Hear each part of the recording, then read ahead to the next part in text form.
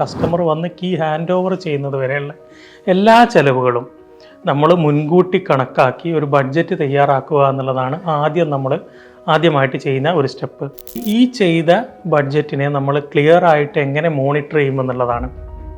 അപ്പോൾ ഇപ്പോഴത്തെ ഒരു കാലഘട്ടത്തിൽ ഇപ്പോഴത്തെ ഒരു ടെക്നോളജി ഉപയോഗിച്ച് നമ്മൾ വിവിധങ്ങളായിട്ടുള്ള ERP സിസ്റ്റങ്ങൾ ഉപയോഗിച്ച് ഇതിനെ മന്ത്ലി മോണിറ്ററിങ് സിസ്റ്റം ഉണ്ടാക്കുക എന്നുള്ളതാണ്. ഒരു ഡാഷ്ബോർഡ് റിപ്പോർട്ടിംഗ് സ്റ്റൈൽ.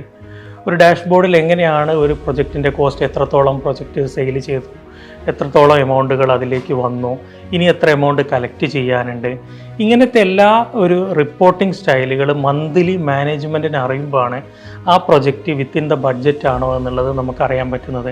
ഒരു ക്യാഷ് ഫ്ലോ കലണ്ടർ എന്ന് പറയുമ്പോൾ ഒരു മാസത്തിലേക്ക് നമുക്ക് എത്രയായിരിക്കും കളക്ഷൻ വരാൻ ഉദ്ദേശിക്കുന്നത്, ആ കളക്ഷൻ വന്നു കഴിഞ്ഞാൽ അത് എങ്ങനെയൊക്കെ ആയിരിക്കണം നമ്മൾ ചിലവഴിക്കുന്നത്, ഇതിനെ ഒരു ക്യാഷ് ഫ്ലോ കലണ്ടർ നമ്മൾ കീപ്പ് ചെയ്യുന്നു. അവസാനമായിട്ട് നമ്മൾ ഇതിനെല്ലാം പുറമെ ഒരു കണ്ടിജൻസി റിസർവ് നമ്മൾ കീപ്പ് ചെയ്യുക എന്നുള്ളതാണ്. ആ റിസർവ് നമുക്ക് പല കാര്യങ്ങൾ കൊണ്ടും ചിലപ്പോൾ നമ്മളെ പ്രൊജക്റ്റിൽ ഡിലേ സംഭവിച്ചേക്കാം, അല്ലെങ്കിൽ നിയമപരമായ കാരണങ്ങളാൽ ചിലപ്പം മാറ്റങ്ങൾ വന്നിരിക്കാം, അതുമല്ലെങ്കിൽ മെറ്റീരിയൽ കോസ്റ്റ് ഹൈക്ക് ചെയ്തിരിക്കാം.